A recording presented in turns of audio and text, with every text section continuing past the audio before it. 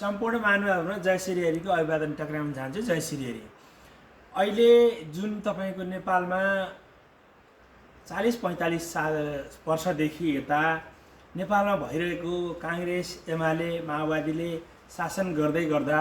आफ्ना मात्रै कार्यकर्ताहरूलाई माया गर्ने र आफ्नै मात्रै कार्यकर्ताहरूलाई पोस्ने र देशको समग्र कुन धर्मका मान्छेहरू कसो गरिरहेका छन्, कुन धर्मका मान्छेहरूलाई कसरी माया गर्नुपर्छ, समग्र धर्महरूलाई कसरी माया गर्नुपर्छ, कुन जातिहरूलाई कुन भेगमा कस्तो किसिमको विकास गर्नुपर्छ भन्ने केही पनि नसोचेको कारणले गर्दा जनतामा किसिमको एउटा अत्यन्तै अहिले तपाईको एकदमै ठुलो 23 गते र 24 गतेको दिनमा ठुलो नरसंहार भएर हुन त प्रत्येक आन्दोलनहरूमा शहीद हुनुभएको रेकर्डहरू छ, तर ती शहीदहरूको मूल्य र मान्यतालाई केही नबुझेर यी तीनटा पार्टीहरूले सावटा पार्टीहरूले अहंकार देखाइरहेर अहिले देशमा आक्रान्त फैलिएर तपाईको 23 र 24 गते अत्यन्त विकराल घटना तपाईको घट्यो र त्यसले गर्दा देशका महत्त्वपूर्ण धरोहरहरू नष्ट भए। देशका महत्त्वपूर्ण कर्णधार युवाहरू जसलाई संसारमा नाम राख्न सक्ने युवाहरूको ज्यान अकालमा गयो। यसको बावजुद एउटा अचम्मको एउटा एउटी आमाले सुशीला कार्की नाम गर्नुभएको एउटा आमाले एउटा शासनको बागडोर सम्हाल्नु भयो। सबैको चाहना र केही मान्छेका चाहना विपरीत पनि उहाँले शासनको बागडोर सम्हाल्नु भयो। त्यसको फलस्वरूप उहाँले अनन्त उतार चढाव र हरेक कुराहरूको एकदमै दुःख कष्टहरूको बावजुदको साथ पनि उहाँले अहिले हिजो मात्रै 21 गतेका दिनमा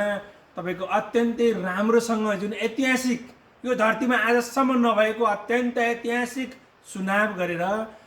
जित्ने र हार्ने कसले जित्छ कसले जित्दैन, कसले कति मत ल्याउँछ त्यो त जनताको भावना अनुसार आउने कुरा छ।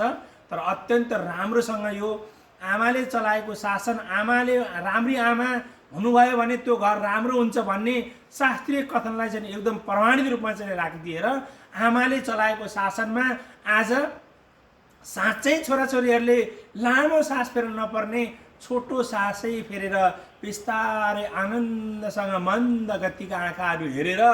आनन्दसँग घरमा बसेर कहीँ कसैलाई केही नभइकन कुनै त्यस्ता ठुला दुर्घटनाहरू नराम्रा दुर्घटनाहरूका समाचार सुन्न नपरिकन अत्यन्त राम्रोसँग निर्वाचन सम्पन्न गरेर अब यो निर्वाचनको परिणामले सही दिशामा देशलाई लान्छ र यो सही दिशामा यो देशले अब राम्रोसँग काँचुरी फेर्नेछ भन्ने कुरामा विश्वास दिलाउनु भएर यो चुनाव गर्नुभएकोमा ती आमालाई साष्टाङ्ग दण्डवत प्रणाम गर्दै समग्रले अब आमा राम्रो भइदियो भने घर राम्रो हुँदो रहेछ, आमा राम्रो भइदियो भने समाज राम्रो हुँदो रहेछ, आमा राम्रो भइदियो भने राज्य राम्रो हुँदो रहेछ भन्ने सन्देश दिनलाई एकदम सफल हुनुभएकोले सुशीला कार्की जुन प्रधानमन्त्री हुनुभएकी आमालाई मैले यहीँबाट साधुवाद र साष्टाङ्ग दण्डवत प्रणाम गर्दै अब यसरी नै सुशासनको दियो जनजनमा ठाउँ ठाउँमा टोल टोलमा बल्छ भन्ने कुरा भगवान व्यास महर्षि व्यासले दिनुभएको सन्देशबाट यहाँहरू सबैलाई एकचोटि यहाँले आमालाई पनि यही ठाउँमा एकचोटि महर्षि वेदव्यास जन्मनु भएको ठाउँमा आउनको लागि निमन्त्रणा गर्दै समग्रलाई यो ठाउँ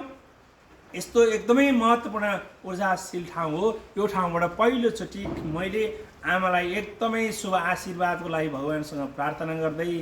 आमाले प्रत्येक चालेका क्रियाकलापहरू राम्रो हुन् र सबैको घरमा यसरी नै असल आमाको भाव जन्म हुनेछ भन्ने विश्वास गर्दै आमालाई एकदमै धेरै बधाई र शुभकामना व्यक्त गर्दछु। जय श्री हरि, जय श्री हरि, जय श्री हरि शरणागति।